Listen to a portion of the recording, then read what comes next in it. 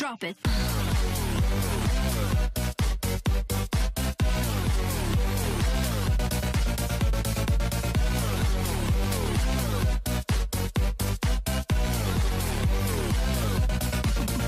Yeah. Good morning everybody, it's your boy Flexi, and this is basically going to be the final video on my competitive Dracoslayer journey series basically. I'm going to close it up with a deck profile with the list that I've used at the YCS, which I haven't really performed well at. I basically lost every match. One of them I lost to a misplay, but the other matches I was just outclassed by Labyrinth, I even forgot what other decks I played against, but I definitely didn't do well at all. I don't necessarily think it's up to like bad ratios or anything. It's just that some games you don't have full combos, some games your opponent has everything he needs to stop your play, and stuff like that, right? But still, I think the list in itself is pretty good, so let's get right into it. The main deck at first. I'm going to quickly go over some of the things that should be pretty obvious. I'm going to talk more about the changes that I made kind of last minute. So the super heavy engine, of course, 3 Wakaushi, 3 bike, searching the Wakaushi, the scales, and the soul piercer. Not much to say here, is standard super heavy ratios. And then the first change comes up here. 3 Majesty, of course, the same, 3 Ignis the same, because those are the best match Dracoslayers. And then I play 2 Dynamite, 2 Luster, and 1 Master Pendulum. The reason I play this is because it's a searchable low scale with a Revolution Dragon. I included this last minute, and this really came in clutch at 1 game, which I even won because of it. But I lost the match still, which was up to other factors. Still, this is a very good inclusion, so I don't think you should play Dracoslayers without this. This one I cut down to 2 because I really needed space in the main deck. I even went up to 42 cards, even though I cut out 1 Dynamite and 1 Luster Pendulum, because I needed some more like non-engine and stuff. I'm also I made some of the changes in the side deck, which then caused changes in the main deck as well. I'll get to that in a minute. 2 Luster, yeah, I didn't really miss it, especially because this one is the worst Dracoslayer out of all the ones for this specific combo that I'm playing with this deck. So yeah, didn't really miss this. And then this is also the next worst Dracoslayer, basically because like this and Ignis or this and Luster or whatever isn't really like full combo. So yeah, those are the ratios, and I was pretty happy with them. Though if you play a pure variant or like any other combo line, you should probably not cut any of those down to 2 copies or even 1 maybe. Then the Odd Eyes package, of course, 3 Revolution Dragon, one of the best cards in that deck, 2 Joker, and 1 Sky Iris. I think this is a good ratio, especially for trying to stay as close to 40 as possible. I also played Bambuku, but Bambuku is not a good normal summon in this specific version because I need 2 level 4s to Pendulum summon out of the extra deck for the Dugaris play, and Joker is way better at that, so I decided to play Joker instead of Majesty. I think Bambuku was in the last deck profile that I made, maybe, or at least I made the change in the meantime, and then I changed back because Joker is just a better normal summon, but you don't really need like too many of them. Like 3 Revolution, 2 Joker should probably be enough, especially considering that we have free access to Sky Iris. And now the biggest change almost to the deck is that I included 3 Curtain Raiser, because without an extender, or basically by having to use your normal summon to even start your combo, you risk losing to an Azure and Imperm on the Ignis Prominence that you summoned before even going into Beyond. And so opening Curtain Raiser basically protects you like for free from a single hand trap, and it's, I think, the best or even the only Pendulum level 4 extender that we have. Then of course the 1 Astrograph, crucial to the combo, the 1 Zero Day, crucial to the combo. And now the non-engine, I played 3 Kashtira Fenrir, which is an amazing card, especially like the craziest thing about it, and I kind of had to learn that while playtesting and theory crafting with my friends, that usually you can't put it up like going first. You can't just summon it and leave it on the board while playing your combo, because you need all the 5 main zones, main monster zones.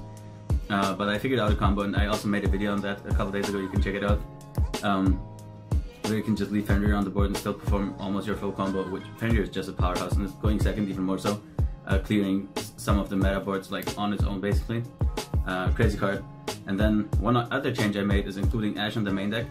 I just felt like I wanted some more generic like non-engine negates, and especially against power cards like Brand Diffusion or whatever. I thought Ash was one of the best inclusions, so I kind of changed up some of the ratios with my non-engine to include this in the main deck. 2 talents, not much to say here. Talent's one of my favorite cards, actually. Helps you play through some stuff.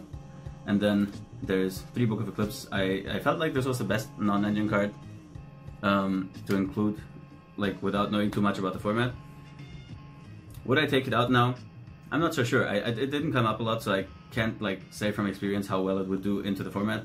But I still think it's at least decent to include this either in the side deck or in the main deck. Now about the extra deck, 1 fusion. There hasn't been any changes to the extra deck, I think, so I'll just quickly go over it. 1 fusion, 2 synchros, the Savage Dragon, and the Ignis are of course the key card of the combo. The Garrus, Dweller. Maybe I didn't include Dweller in the last profile, so this could be a change. I included this for the Unchained matchup, and I also had to craft a new combo or 2 around ending on Abyss Dweller or on Abyss Dweller and Savage Dragon to kind of just improve the board a little bit, and that's pretty cool. As well as Baguska, of course, the backup plan as always. And then the links are Beyond Pendulum, of course, Cross Sheep, very important, Codebreaker combo, Celine, Appaloosa, Zealantis, and the 2 Firewall Dragons. Those 2 are powerhouses, I love them so much.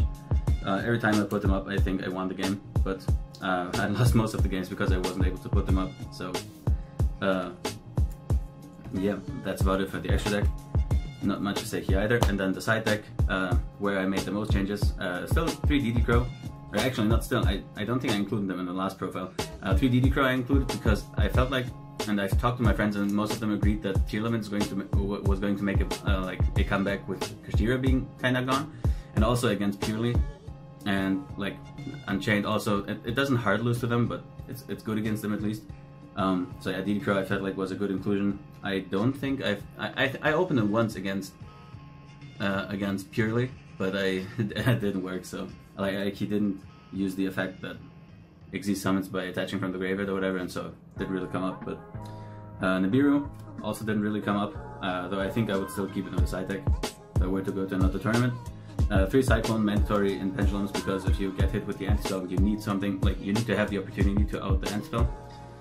Didn't come up either, but yeah. And then the final inclusion I made kinda last second was 3 Thrust, and the targets were 1 Raigeki, 1 Duster, and 1 Herald of the Abyss.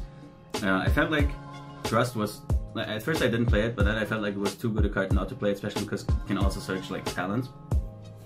And Book of Eclipse wasn't good into every matchup, so my siding pattern was basically taking out 3 Eclipse and 1 Talents in many matchups and just including 3 Thrust in one of the targets that I have for it, and then I have 1 Talents, 1 Raigeki for example, 1 Duster, and the 3 Thrust for whatever they're trying to throw at me. Sadly, I didn't open it even once, so can't exactly say how well it would do, but of course Thrust is an insane card that nobody needs to even like think about whether it's good or not. So yeah, that's about it for the deck profile. Now my final thoughts. This tournament, as bad as it has gone, has kind of shown, like, not shown me, but I've kind of lost my drive for trying to play competitively with this. And I think going forward, I'm more so going to not exactly play casual Yu-Gi-Oh, but like my Dracoslayer list is going to change heavily. It's going to be a pure list. I'm going to include a Draco face of the masterpiece, the original masterpiece, and the Dracoven loads and stuff like that. So, and also with other decks, I'm just gonna go less like hardcore competitive, moving away from stuff like generic Appaloosa negates, which are just boring kinda, and going for more unique builds and like combo lines and boards and stuff like that. While I don't think I'm gonna go to any tournaments anytime soon, unless something changes or I find like a new deck or whatever. Maybe with a new Supreme King support, if that's better than this, then maybe I'm gonna try and take it to locals and see how it goes. But for now, I'm just gonna go with more like pure and fun builds and stuff like that. So if you're interested in that, then definitely subscribe to the channel, because there's gonna be much more content. I even plan on making dual content, like Pendulum duels, different decks of Pendulums, or even one of my friends has some decks ready, so you're gonna play like combo mirrors, some like toss format, stuff like that. There's Edison too. He's gonna build an Edison deck, and then we're gonna play games and stuff. So there's definitely more to come. If you have any ideas, and also you can drop them in the comments. If you like the video, then leave a thumbs up. And other than that, guys, see you next time.